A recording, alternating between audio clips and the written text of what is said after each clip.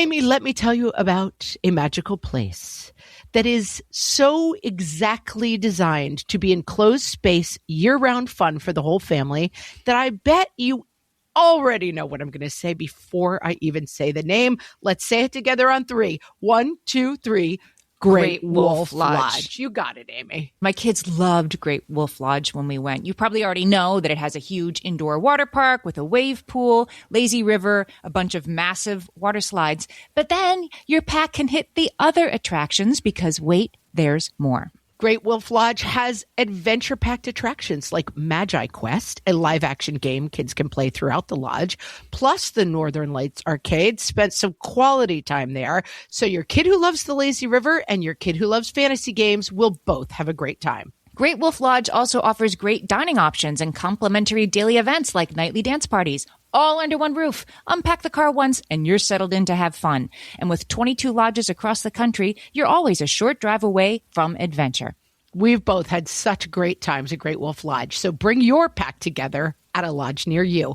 Learn more at greatwolf.com and strengthen the pack. Hello, everyone, and welcome to Fresh Take from What Fresh Hell, Laughing in the Face of Motherhood. This is Margaret. And this is Amy. And today we're talking to Cara Natterson and Vanessa Kroll Bennett. Dr. Cara Natterson is a pediatrician and New York Times bestselling author. Vanessa Kroll Bennett is a puberty educator and writer. Together, they co-host the Puberty podcast, run Order of Magnitude, a company dedicated to solving the pain points of puberty by empowering kids and their adults. And they are also the co-authors of the new book, This Is So Awkward, Modern Puberty Explained. Most impressively, however, between Cara and Vanessa, they are parenting 6 teenagers. Welcome, Cara and Vanessa. Thoughts and prayers. Amy, I just want your voice like around us all the time. It's like so nice and calm. Like I just want you to talk in my presence and I'll feel better about everything. Thank you. Well, I'll return the favor and say, like, this book is a very calming presence. You lay it out. It's all intense and it's all going to be okay. Right? But where it starts is that puberty has changed in a lot of ways since it was happening to us. And one of the most profound ways that it's changed is timing. So let's talk about that. What's amazing about the data around puberty is that it's actually not that new. It's just that people don't talk about it a lot. So we've known since 2010 that the average age that girls enter puberty is between 8 and 9. And we've known since 2012 that the average age that boys enter puberty is between 9 and 10. That's not new, but it's very new to a lot of people who have never really thought about it.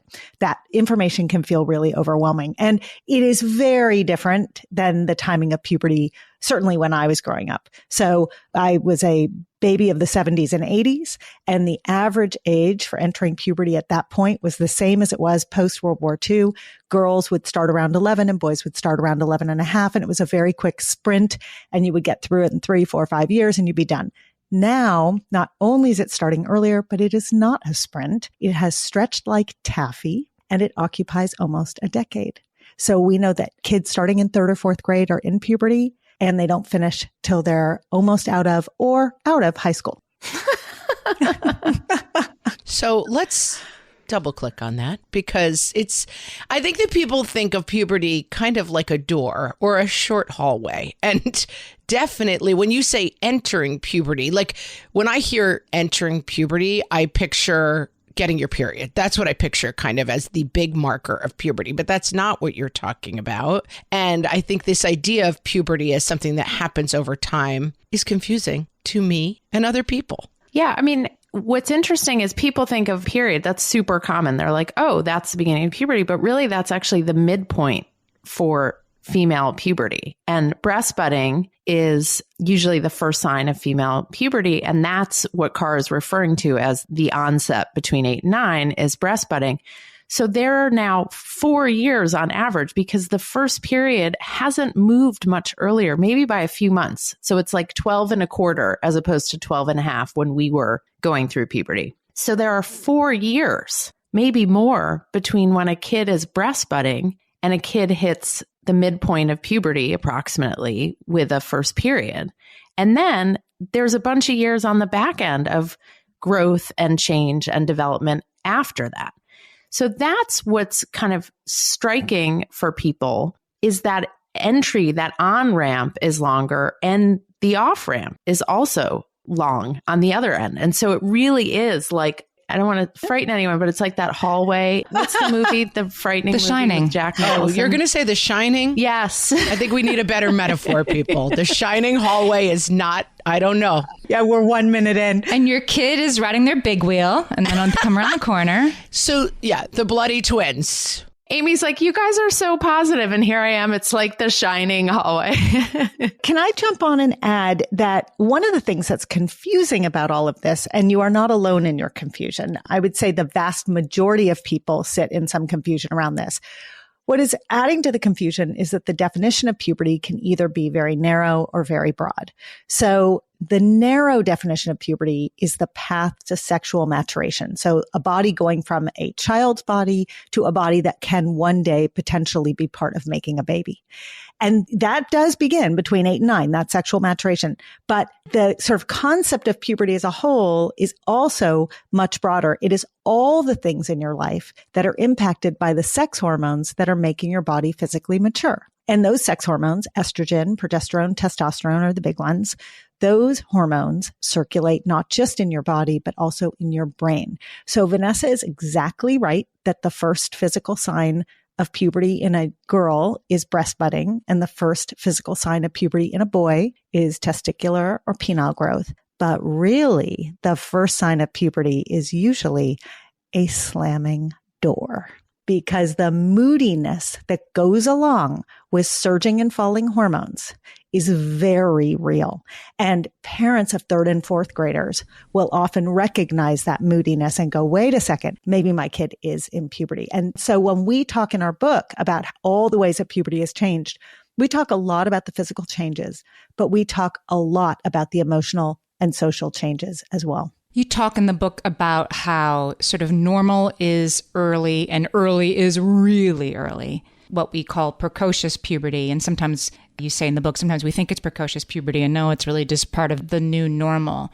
But you talk about early bloomers. And I thought this was very useful, that a child can look mature, can act mature, can be perceived as older by everybody around them, but their executive functioning skills are not ripe. They're not ready to live in the body that they are living in. So what advice do you have for parents of early bloomers? I think if there's one takeaway, I don't think I can boil it down to one take. One of the most important takeaways from the book is treat kids the age they are, not the age they appear. And for early bloomers, when they look 16, but they're actually 12, there are all sorts of impacts on kids being treated older. They get unfair expectations placed on them about academic capabilities, decision-making. They get exposed to things that are not appropriate for them at their age, right? That can present all sorts of risks for them. And it's true of the late bloomers too, right? A 12-year-old is a 12-year-old, even if he looks 9, he still has the intellectual capabilities and the curiosity and the social desires and, all sorts of things. But if he gets infantilized because he looks younger, that has its own really hard and upsetting effects. So we really encourage people to treat kids the age they are. And that takes some real work on the adult's part, because we look at a kid and we make the assumptions based on how kids looked when we were kids, and it's completely different. And we have to dial it back and get a sense of, hey, do you mind telling me what grade you're in? Or how old are you? Like, we really encourage people not to guess a kid's age, not to assume they know, right? That's a really simple thing. Oh, you're in 4th grade, right? But you're staring at a 7th grader? That's a pretty devastating question. Yeah, I've mortified a kid while his older sister stood there laughing. That I was like, so you're in like 5th grade. And I wish I had read your book 10 years ago, because now I know better. Yeah. You need to give this book to the TSA, because this always happens to my son, who is always like, are you 9? And he's like, I'm 13. And then it ruins his whole day. And it's a total bummer.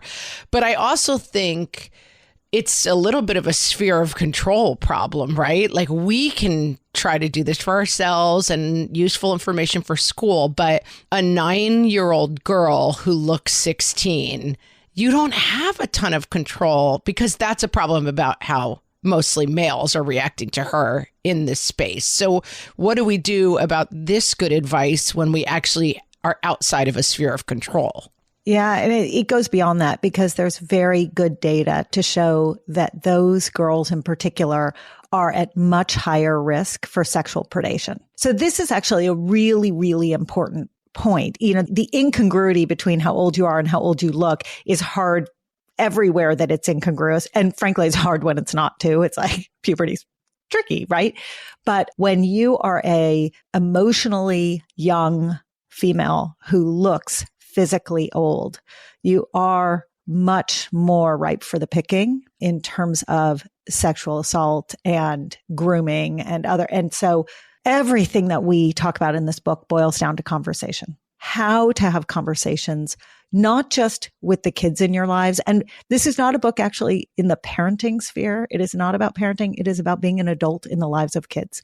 So it might be that you have kids living in your house with whom you have these conversations. It might be that you have kids in your classroom, on your team, in your clinic. So there are lots and lots of adults who I think can approach this particular issue in a very empowering way. And some of it is acknowledging to a kid, you look older than you are. Your brain is exactly where it's supposed to be for how old you are. But this is confusing because people might do or say things to you that make you feel good, but they're not okay. So I am always here. I am never going to judge you or be upset with you when you tell me what someone said to you. Don't ever be afraid to share with me. I'm going to help you. And that's what being a trusted adult is. And building a network of trusted adults among adult groups. So when you're worried about a kid who's in your life, having another adult to go to bounce things off of becomes really, really important. We're talking to Cara Natterson and Vanessa Kroll Bennett, and their new book is This Is So Awkward, Modern Puberty Explained. We'll be right back. Hellions, it's time for some spring cleaning, and I don't just mean the coat closets. Doing your financial spring cleaning can actually be super easy when you let Monarch do your financial spring cleaning for you. One dashboard that gets your entire financial life organized. No more clutter, no more mess, no more logins scattered everywhere, just accounts, investments, property, and more, all in one place. Get your first year of Monarch for half off, just $50 with promo code FRESH. Monarch allows you to look not only at what you've already spent, but also to plan for the future. With Monarch, you can set savings goals, plan for big purchases, and notice spending trends before they become a problem. I can generate cash flow reports that show me what we spent this quarter, this month, what we're probably going to spend next month, and feel prepared, organized, and knowing how to plan for the future. No more surprises and a lot more clarity. Try Monarch. Use code FRESH at monarch.com to get your first year half off at just $50. That's 50% off your first year at monarch.com with code FRESH. All my kids learned to swim when they were little. It was super important to me that they be confident and safe in the water. There was only one problem with that, taking them to swim lessons. I mean, the pools were freezing. There were always cranky adults doing laps right there. And it was definitely not, for any of us, what you would call fun. Amy, heard. But now there's Goldfish Swim School. Goldfish takes a really thoughtful approach to swim lessons, combining research-based teaching with a warm, kid-friendly environment that actually helps kids thrive in the water. Every detail at Goldfish is thoughtfully designed to create a golden experience, from shiver-free, warm indoor pools to comfy waiting areas for parents to professionally trained lifeguards on deck. Goldfish uses an approach called the science of swim play, which combines guided play with proven teaching techniques to help kids learn to swim, build water safety skills, and gain confidence, all at their own pace. Lessons are designed to meet kids exactly where they're at. If you've been thinking about swim lessons or just wondering where to start, this is a great opportunity. Right now, Goldfish Swim School is offering a waived membership plus your child's first lesson free at participating locations. Just visit goldfishswimschool.com/free to find a location near you and enroll using promo code free. That's goldfishswimschool.com/free, promo code free. Amy, when I'm having a good hair day, it usually makes my whole day better. And that's why on every day, I'm taking Nutrafol. Nutrafol is the #1 dermatologist-recommended hair growth supplement brand. And it's the #1 hair growth supplement brand personally used by dermatologists. Nutrafol's hair growth supplements are peer-reviewed, NSF certified for sport, and clinically tested. Nutrafol offers multiple formulas for men and women tailored to different life stages and lifestyle factors, so you get support that's actually right for you. Adding Nutrafol to your daily routine is easy. Order online, no prescription needed, with automated deliveries and free shipping to keep you on track. Let your hair be one less thing to worry about. See visibly thicker, stronger, faster-growing hair in 3 to 6 months with Nutrafol. For a limited time, Nutrafol is offering our listeners $10 off your first month subscription and free shipping when you visit Nutrafol.com and enter promo code LAUGHING. That's Nutrafol.com, spelled Nutrafol.com, promo code LAUGHING. So before the break, we were talking about early bloomers, and let's talk about late bloomers. I am in the middle of this experience myself right now. I recently went to a field trip and kids were coming off the bus, and I kept saying, what grades went on this trip? Like, some of these kids look 35 years old to me. And it's just that they're much more developed than the kids in my house. And it's a different kind of problem. And so talk a little bit about the problems that are presented for late bloomers. I think there's an array of problems. And typically when we talk about late bloomers, we say it's more often boys than girls, although there are female late bloomers, but the earliest early bloomers are typically girls and the latest late bloomers are typically boys because they start a little bit later. The average age is a little bit later. We like to look at it as a whole universe, right? So it's not just that they're smaller or that they haven't grown hair or that they are not getting muscle mass or, all of the physical manifestations, but there are all sorts of social, athletic, knock-on effects of being a late bloomer. So I am in a family where all the men in my family were late bloomers. My husband, my brothers, and it was a really big deal for them growing up. It affected, they quit sports teams. They had moments of social challenge because other people were more developed or sort of in on the romantic crush scene and things like that. They had a real sense of feeling inadequate, and it really affected their self-esteem. We really encourage parents, not to say to a kid, oh, it's all going to be fine, like you'll grow eventually. That doesn't help them because in the moment, everything we say not to say is also all things we've said to our own children. So, okay, strike one for me on this podcast. See also things we have said. Lived experience. Oh, yeah. But, their sense of time is their kids. So their sense of time, like down the road, what the hell does down the road mean?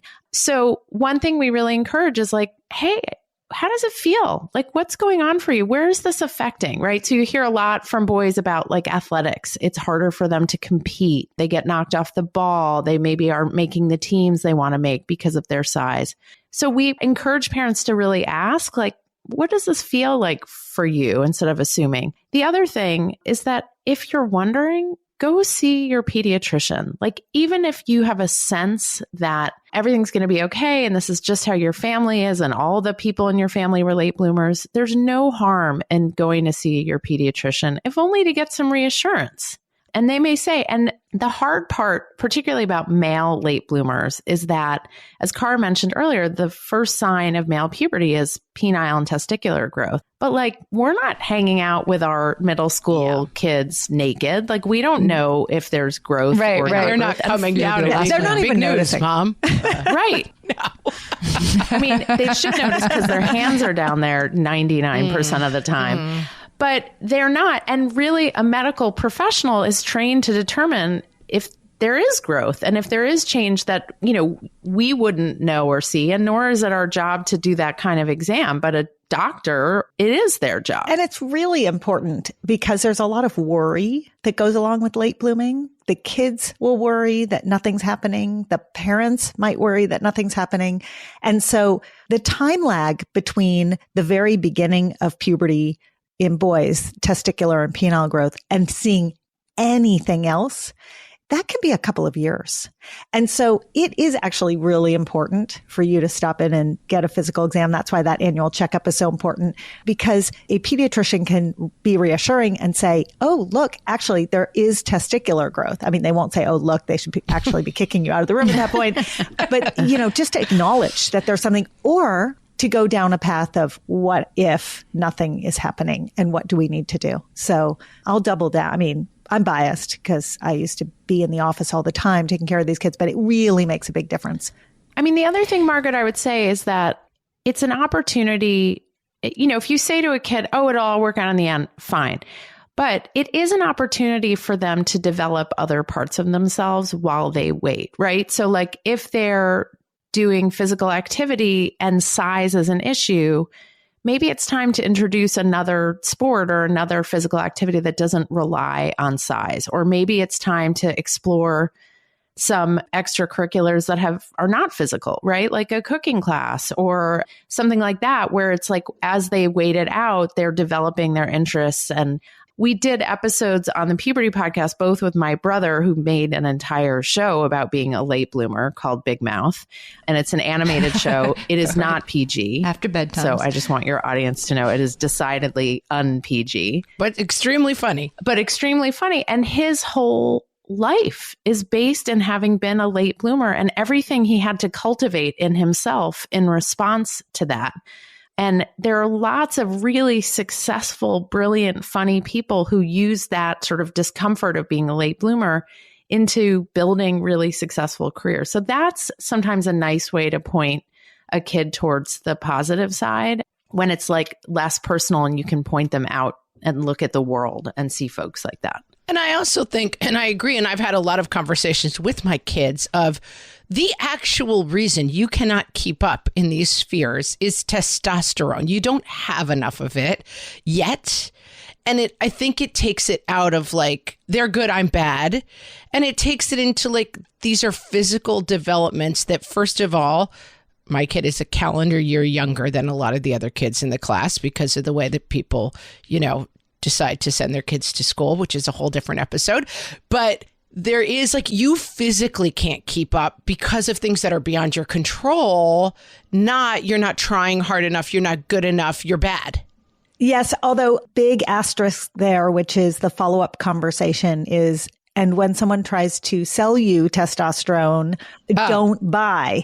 I'll be right back. I got to make a phone call and make sure that my kid is not right now behind the school in a black market testosterone market. What is fascinating is with information comes sort of rabbit holes, and our kids are all online all the time. And so when we've educated them about the cause of something and that you are perfect, that is exactly what you needed to do, is you needed to identify the why of it all.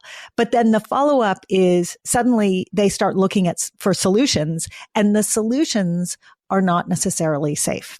And when it comes to testosterone, it is not safe for kids to be buying testosterone, taking testosterone. If they need testosterone, that's because a doctor has decided they need testosterone and they're being prescribed testosterone. So going down some of those rabbit holes with your kid is really important. And the only way to get there is to do exactly what you just described, which is be in conversation and be open to all the questions and be completely non-judgmental and really empathic. And those questions come over time. So let's talk about the questions, right? Because we all think or grew up thinking there's going to be the talk. You have the talk, which I was extremely reluctant to have. And you argue correctly, obviously, that this is, in fact, there's 100 small conversations, which takes the pressure off it in a way, right? Each one doesn't have to be so all-inclusive. But how do we, if we're supposed to have 100 small conversations about this in a totally relaxed and askable parent way, where do we start? Okay, I'm just going to tell a story, and then Vanessa is going to give you all of the secret answers. That's what she does for me every day. So when I used to see kids in the office, I played this game where I would kick the parents out of the room. I would say to the kids, have you had the talk with your parents? And they would almost 201 say, no, never had it. And then when I was done examining them, I would pull the parents into my office and the kid was getting dressed or whatever. And I would say to the parents, have you had the talk with your kid? And the parents would say, yes. And not only did this is exactly how it went. This is where I was standing. This was what I was saying. It was so deep and meaningful. It was like, right. And that was the first clue I had that it needed to be several talks, because it did not land with one kid, not one. And it was a very big deal to the parents to have had the talk that the kids could not remember, because it did not nothing done once resonates, is what I'm trying to say. So Vanessa, you want to take us there? Yeah. I mean, so part of having multiple talks is you get a lot of shots, right? Like you have a lot of opportunities to do it. And we like to say that when you mess up, because you will mess up, everyone messes up having complicated talks with kids because they're hard and stressful and sometimes confusing. You get to do it again. You take a do-over. You try again. You try a new tactic. So that's part of why it's many talks and not a talk. The other reason is there's so much information to impart to kid over this decade of caring for them through puberty and adolescence. And the last thing you want to do is lecture a kid. So in order to impart a lot of information without lecturing, it means tons and tons of tiny conversations. Some of those conversations are like 4 sentences long. Hey, kiddo, I got to tell you about this. You know, I just realized I never said to you, testosterone is not safe. If anyone offers it to you, you shouldn't talk will take be happening. You should come and tell me. Right. I mean, I'm Margaret. I'm calling your kid's school right now to make sure you can class. Check it. Backpack check. Yeah. If you have any questions about this, you can always come to me. That was 4 sentences. And then you're out. It's like, what do you want for dinner? Right? The stuff that is harder, if you have a kid who doesn't want to engage, right? It's not always a dialogue. Sometimes it's a monologue, and we just have to give them a piece of information. Like, hey, if anybody asks to touch your body who's not a parent or a physician, you should come and tell me. You can always tell me. I won't be mad, right? That's 2 sentences and you're out. Oh, can we walk the dog now? Sure. Let's go walk the dog now, right? Like this is how it is with kids. It's like non sequiturs and they change the subject. So it's sometimes just teeny pieces of information so that if it doesn't resonate with them or they don't remember it or you get it wrong, you always have another chance. And that is what we want parents to know. We want them to know it's okay if you make a mistake. Take the pressure off. Like, you got this. You can do it. And one way you can do it is by giving yourself multiple chances to try to do a good job. You want to grab the moment in the moment, and you don't want to dump what you've just learned on them in the wrong moment. And so what I mean by that is, if you're driving down the street and you see an ad and it makes you think, I should have a conversation about consent with my child because what I see pictured in this ad feels very non-consensual, that's a great moment to point out the ad and start a brief conversation and ask them what they think or get their feedback or whatnot, right? So it's sort of taking the opportunity, taking those teachable moments. What you don't want to do is finish listening to this podcast and then decide that you are going to dump everything you have just learned on your kid. I do this all the time. Vanessa knows I do this all the time. Oh, I just learned that I have to do A, B, C, D, and E, and I'm going to go downstairs and no matter what they're doing right now, because it's at the front of my brain and my brain holds nothing anymore because of my age, I need to dump it on them right now, right? So I'm going to go tell them everything I learned, and that's going to be great because I'm going to be able to check that box and say I did it. That is not effective. They have to be in a place where they can receive it. That, friends, is in the no column. We are talking to Vanessa Kroll Bennett and Cara Natterson, the authors of This Is So Awkward, Modern Puberty Explained, and we will be right back. My favorite skincare products actually feel more like self-care, like they're so nice to put on and they smell so good that I'm actually happy when I get to that part of my day. And I swear that is how I feel about Osea's anti-aging body balm. Amy, you are usually the lotions and potions queen on this podcast, but I have to say, hard agree. Osea's anti-aging body balm is a liquid silk body balm that combines the lasting hydration of a lotion with the firming power of a serum, leaving skin smoother and firmer. This body balm is clinically tested and designed to deliver visible results you can see and feel. So we've gotten to use this product for a couple of months now, and I swear I have really noticed firmer and smoother skin, like on the back of my hands. It's like getting a mini spa treatment from head to toe. Get a spring-worthy glow with clean, clinically tested skincare from Osea. And right now, we have a special discount just for our listeners. Get 10% off your first order site-wide with code FRESH at OseaMalibu.com. That's 10% off your first order with code FRESH at OSEAMalibu.com. At DSW, we ask the important questions, like, what shoes are you going to wear? Whether you're prepping for wedding season, festival season, or just planning the ultimate vacay, the right shoes can make or break an RSVP. So own the moment. You've got big plans, and we've got just the shoes. At the perfect price, of course. Get ready to get ready with Designer Shoe Warehouse.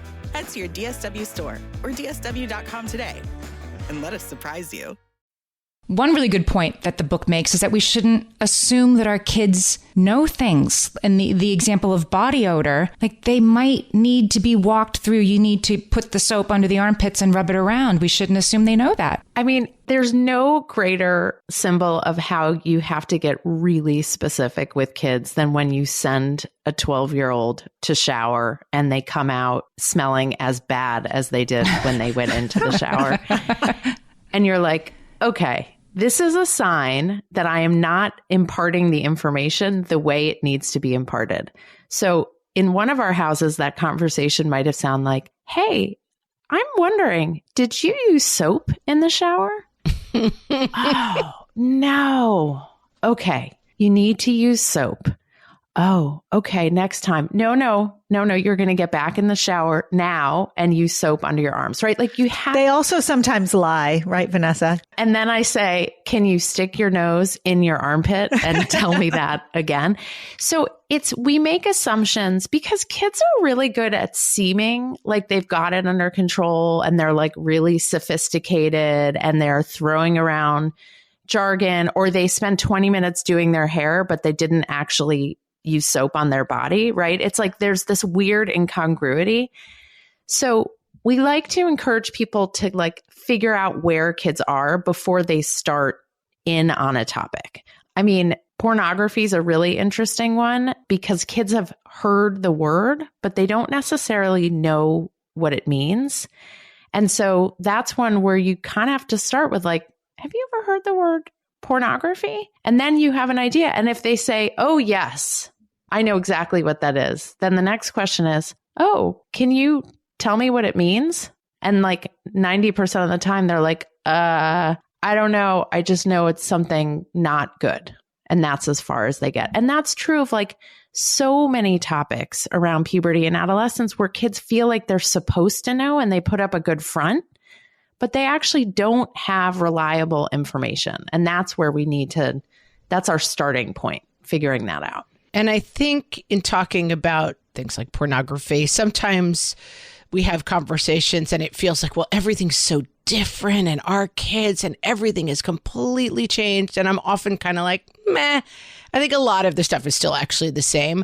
I do think pornography is somewhere. The technology has just changed so much that the access, it's kind of in the groundwater in a way it just wasn't for kids in our grade, because I was not in a huge amount of danger of seeing pornography at school, for example. I mean, maybe a picture that someone smuggled in a notebook, I don't know, but not like I'm watching a pornographic film. Someone is showing that to me on a phone. I mean, that is a completely new reality. Or I'm trying to watch something else and then you see it anyway, right? Good point.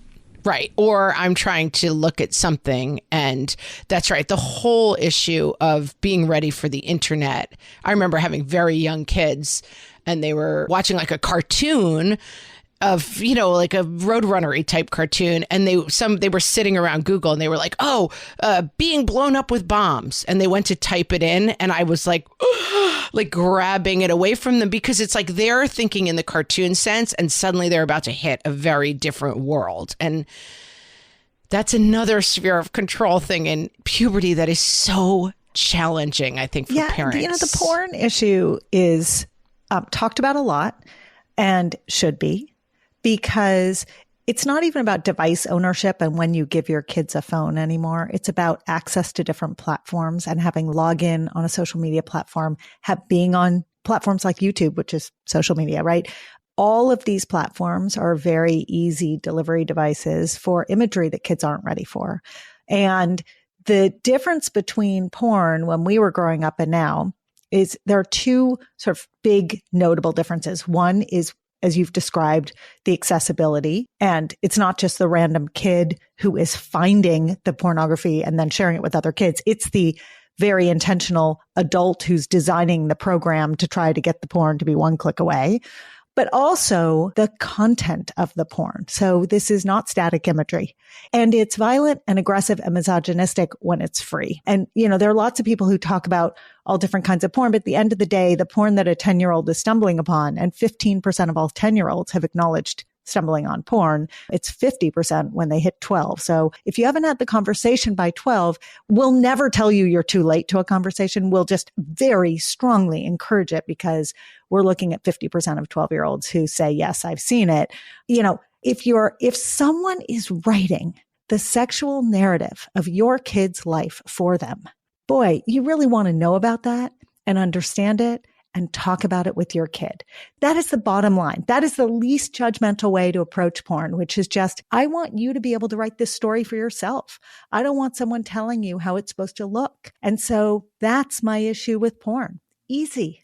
And if you want to figure out if they've seen it, it doesn't sound like, I know you've seen porn, and when I find out, you're going to be grounded and I'm going to take every single device away, right? Because then they're terrified of you and they're never going to tell you anything. And they're certainly not going to come to you with questions or confusion, which is exactly what seeing porn as a kid promotes, right? It's baffling and scary and weird to them. So it's more like, I wonder if have you ever seen porn? Do you know what the word porn means? And if they say, oh yeah, so-and-so showed me this weird video on the bus the other day, right? Because everything either happens on the bus or at recess, like everything in childhood. Then you say, oh, what was it like? Wow. How did that feel when you saw that, right? It's not like, oh my God, I'm calling his mother right now and you're not to be friends with him anymore, right? Because then they clam up. And the whole point of this endeavor is to foster open communication with kids so we can be their source of information. A lot of kids use porn to get information. Like they're just curious and they want to understand. And like you said, Margaret, it's accessible to them. So they're like, oh, I'll search it up. I'll look it up. And all of a sudden they've gone down a rabbit hole that is like pretty wacky and confusing to a kid. There's another thing in the book. I mean, we certainly grew up in a day where they separated the girls from the boys, and the girl half of the class had to hear about this and the boy half of the class had to hear about that. Like, I'm going to cop to, like, that's kind of how it went in my house, that the male parent talked to the boys and the female parent talked to the girls, that all of our children should know how menstrual products work, that all of our children of all genders should know about nocturnal emissions, whatever it is, that we shouldn't just be arming them with the knowledge about their own body. Right. Because why not? Why shouldn't we all understand how everyone's body works? And then we can have empathy and we can be kinder about it and we can help each other out. Why shouldn't a guy have a spare pad in his backpack so that if someone needs it, he can hand it off? Right? I want to say agree. But I also want to speak for the person listening who's like, when does nocturnal emission come up in a way that's comfortable for me with my maybe 11-year-old daughter? Like, I do think that the access points to conversation are really hard. I liked something that you said, Cara, which was you see the billboard. Like the way this tends to come up is like, okay, we're watching Wednesday. And like, I need access points to have these conversations because that's right. Like, when am I going to be like, let's talk about this? I love it. Okay, here's your access point. When I teach in classrooms, Okay. And I've taught in classrooms for many, many years. And up until recently, they were gender separated by and large. It is now considered largely standard to mix the classrooms all together and everyone learns the same thing together, but it's taken a while and not all schools participate in that. Okay. So when I first started teaching classrooms, what I would do, because I really always believed in this, was I would do one class where a girl class would learn about everything that happened during girl puberty and a boy class would learn about everything that happened during boy puberty. And then the next class we would flip. And at least they got the education, even though they were gender separated. And at the end of the class, the funniest thing, and this was so predictable, was that every single kid left each of the classes where it didn't align with what their body was doing and said, oh my gosh, it's so much easier to be whatever was happening to them, because it felt easier because this is the body they were inhabiting and it was more known to them. Okay. So girls would leave the period class and they would say, I can't even imagine needing to deal with wet dreams. So this is your into the conversation, which is when there is a complaint about what happens to the body that you've been born into, it's a really nice thing to say, I know it doesn't feel like someone with different anatomical parts has anything like this to deal with, but you know what? Have you ever thought about this?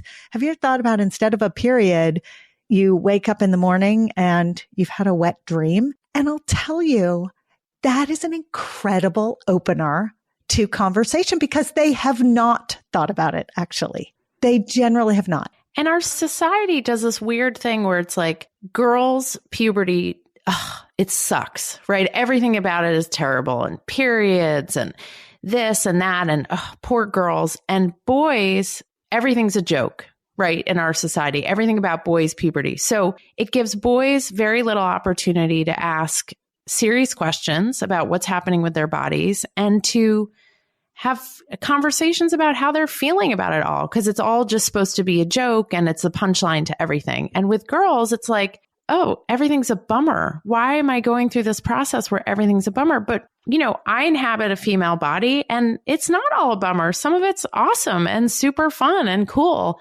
And so creating that empathy also pushes back at our societal kind of norms about people's puberty. And it's like, there's so much universal about it. And there's so much about it that is shared regardless of what biology happens. And that allows them to see it if you really understand what's happening across bodies. There's no topic that a group of boys loves more than learning about menstrual care products. And like the engineering is super cool, like a pad with wings or how a tampon works. Like it's really...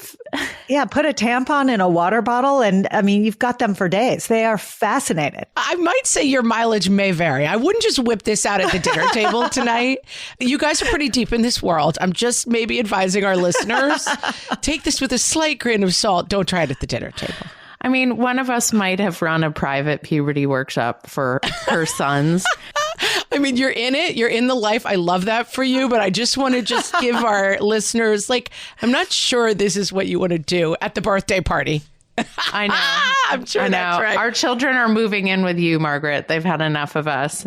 Believe me. Believe me. We've been talking to Vanessa Kroll Bennett and Cara Natterson. They are the co-authors of the new book, This Is So Awkward, Modern Puberty Explained. We're going to put the link to the book in the show notes. It's out now. Everybody, this is crucial. Have it on your shelf. And as we were saying before we started recording, this is not just for the parent of an 8-year-old. This is the parent of a me-year-old, kids in college. There are still things for me to be talking about. But Cara and Vanessa, tell our listeners where else they can find you and your work. So they can find us on Instagram and TikTok at Spilling the Puberty. We have lots of reliable science-based content for people of all ages.